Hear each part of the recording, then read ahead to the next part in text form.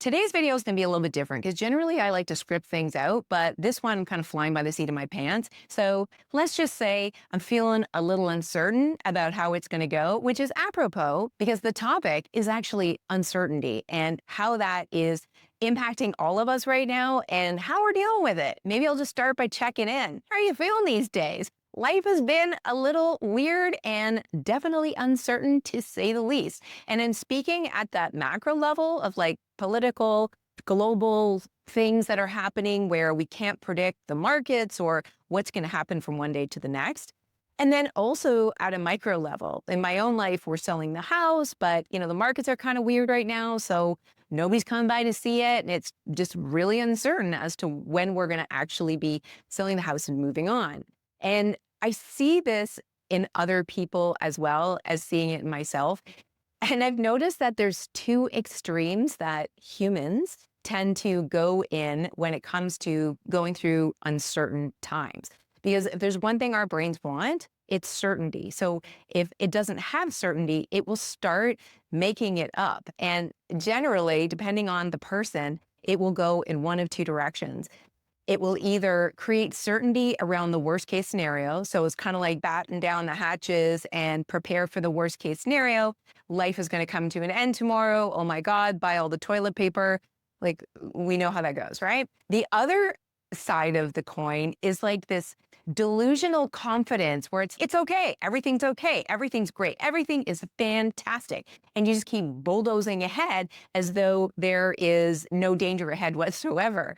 And when I think about that disastrous worst case scenario person, that is generally where I will admit it's where I go. And recently I was talking to a friend of mine who's going through a really hard time. She definitely has a lot of uncertainty in her life. And as I sat and listened to her talk about the situation she was in, there was an absolute theme of doomsday. She just had these really, really disaster-worthy stories that, while her situation is, really tough, I could never see those worst-case scenarios happening for her whatsoever. But the risk is when you believe that to be true and your brain builds certainty around this worst-case scenario, you start to live into it, right? Like you start making your decisions based on scarcity and fear, and you start behaving as though, the sky is falling, and you don't make the best decisions because you're emotionally dysregulated.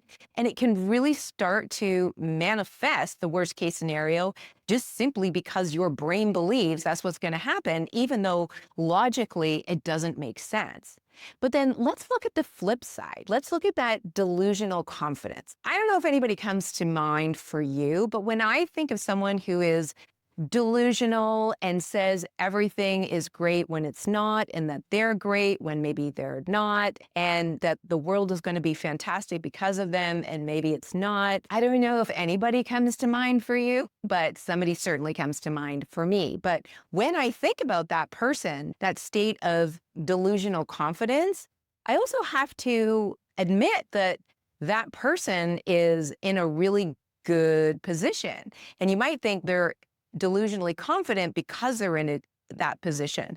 But previously, they weren't in that position. Like they were delusionally confident even when they were in very suspect situations.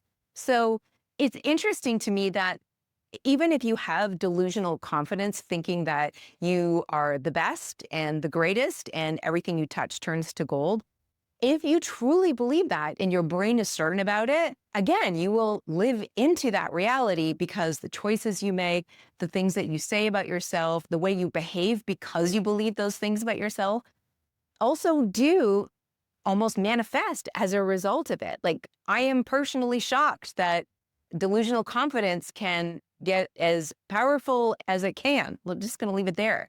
When you think about that, where do you fall on that spectrum of like Chicken Little, the sky is falling, prepare for the worst?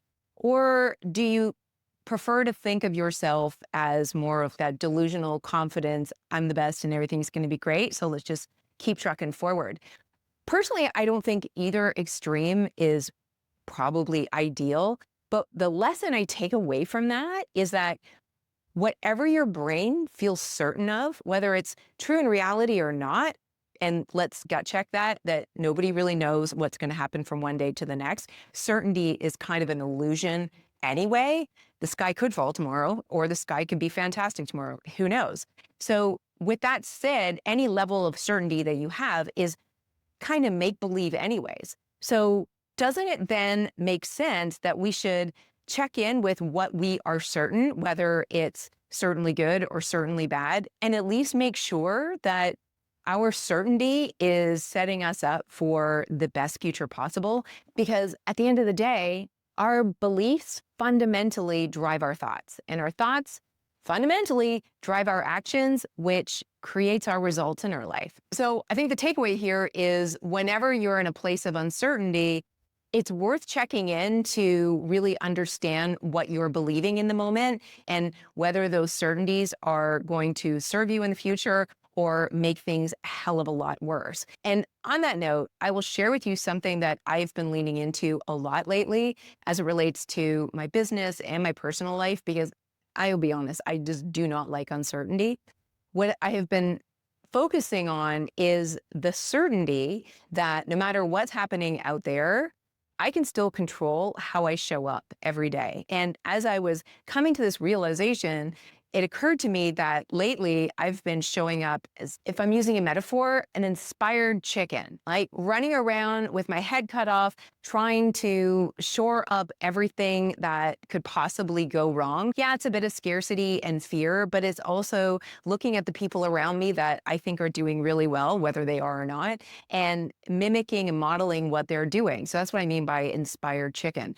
And I don't want to feel like that anymore. I want to show up feeling confident in myself that no matter what happens, I can figure it out. And I do know that to be true about myself. So a metaphor I would prefer to live into is like a sage snow leopard, who's taking a step back and is looking at everything happening around them, but not necessarily impacted or moved by it, and just being confident in themselves. That's more and more what I want to lean into. And as I think about the person that I want to be and how I want to show up, I think about what inspires that side of me the most. And that is definitely getting as much sleep as I can, yoga, meditation, creating more than I consume. That's a big one for me. And just showing up with a sense of authenticity and a sense of pride about who I am and how I am moving through this time.